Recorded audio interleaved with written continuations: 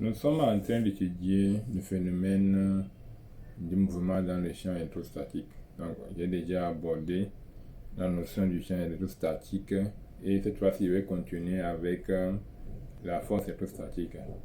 Mais en commençant, on doit revoir le champ électrostatique. On avait dit que le champ électrostatique, une ou plusieurs particules chargées créent autour d'elles une influence appelée champ électrostatique noté E. Le champ électrostatique E est une grandeur vectorielle. Il possède une direction, un sens et une intensité. Il caractérise l'action exercée par les charges sources sur toutes les autres charges placées dans cette région de l'espace. Par définition, le champ électrostatique à un point est la force électrostatique exercée par unité de charge possible placée en ce point. Ok. Bon, dans tout ça, ce que vous devez comprendre, c'est que quoi?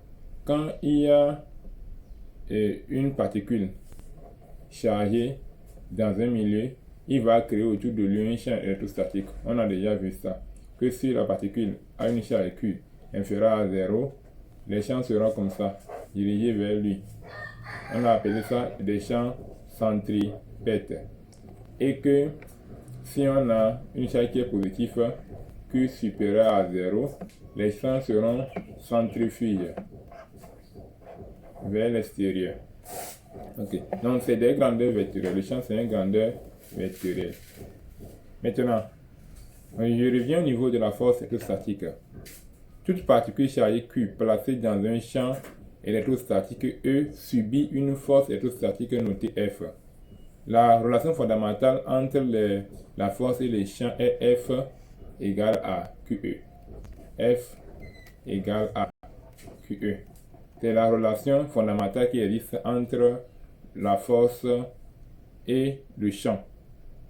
Maintenant, si je veux parler de l'intensité, je vais dire que l'intensité F va être égale à la valeur absolue de QE. Donc lui, il est en newton, la charge Q est en coulomb et l'autre, il est en volts par mètre. Si on veut parler de leur unité. Les vecteurs n'ont pas d'unité. C'est seulement le Q qui aura une unité ici. Mais si on veut parler de leur intensité, on a newton, volt par mètre et coulomb. Ok. Donc la force électrostatique F est une grandeur vectorielle. On l'a dit, puisque F est égal à QE. Q fois E. E c'est un vecteur, donc F est un vecteur. A la même direction et le même sens que E si Q est inférieur à 0. Donc voilà, si on a le champ comme ça, la force serait comme ça, dans le même sens quand le Q est supérieur à 0. Mais quand le Q est inférieur à 0, quand on a le champ comme ça, la force lui sera comme ça. C'est dans le cas de Q inférieur à 0. Cette force peut provoquer le déplacement de la particule ou modifier son mouvement. Donc dès le début, on a dit que des corps de même charge s'attirent et les charges contraires se repoussent. Donc s'attirer, se repousser, c'est des déplacements. Ou bien on modifie le déplacement du corps. Donc ce qui est à l'origine de ces modifications de déplacement, de ces déplacements, ce n'est rien d'autre que le champ la force électrostatique qui est due à la présence du champ électrostatique. Ok. Maintenant, on avait aussi parlé du champ électrostatique uniforme. Le champ électrostatique uniforme est obtenu par exemple en deux plaques parallèles soumises à une différence de potentiel. Donc, on a deux plaques parallèles comme ça. On va nommer la plaque à la P et N. Donc, on a branché un générateur aux bornes de ces deux plaques. Dans ce cas, le champ créé à l'intérieur, c'est un champ uniforme plus moins qui est dirigé comme ça. Okay. On avait déjà vu que l'intensité de champ U est égale à la valeur absolue de U Pn divisé par la distance qui les sépare au carré. Okay. Maintenant, pour avoir la force, dans le champ uniforme, c'est toujours la même relation. F égale à QE. Donc voilà.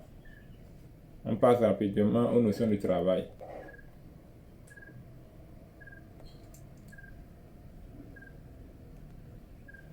Donc, lorsque la charge Q se déplace d'un point initial I vers un point final F, donc d'une position initiale vers une position finale F, la force électrostatique effectue un travail donné qui est donné par ça. Donc, j'écris ça. Travail de F de A vers B égale à Q VA moins VB. C'est une relation très importante qu'il faut avoir. Et ça qui va nous permettre d'appliquer le théorème de l'énergie cinétique. Ok. Donc, ne dépend pas du chemin suivi. Donc, ce travail ne dépend pas du chemin suivi, dépend uniquement des positions initiales et finales. Voilà. La force électrostatique est donc une force conservatrice. Ok. Une force conservatrice, c'est une force dont le travail ne dépend pas du chemin suivi. Ok. Et je termine avec le point 5 qui est l'énergie potentielle électrostatique. Puisque la force électrostatique est conservatrice, on peut définir une énergie potentielle électrostatique à un point A du champ. L'énergie potentielle électrostatique d'une charge Q est donnée par EP A égale à QVA. Donc, le Q c'est la charge, VA c'est le potentiel. Donc, les V c'est le potentiel. Les V sont en volts. Les V sont en volts. Le travail est en joules. Le Q est en coulomb. Donc, voilà, QEPE est égal à QVA VB. Cette énergie dépend de la charge et du potentiel électrique VA au point considéré.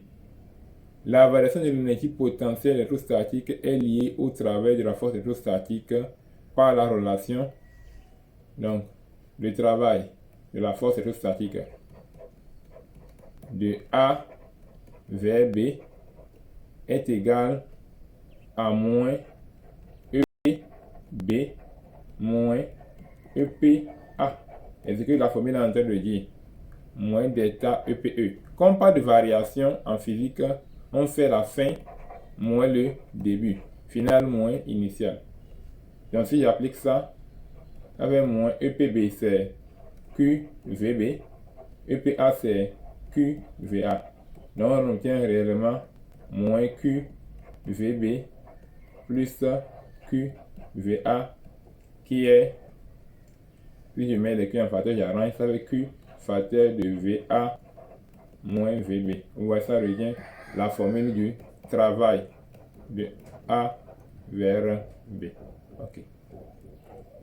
Donc, voilà tout ce que vous devez savoir sur le champ électrostatique et la force électrostatique avant de commencer les exercices.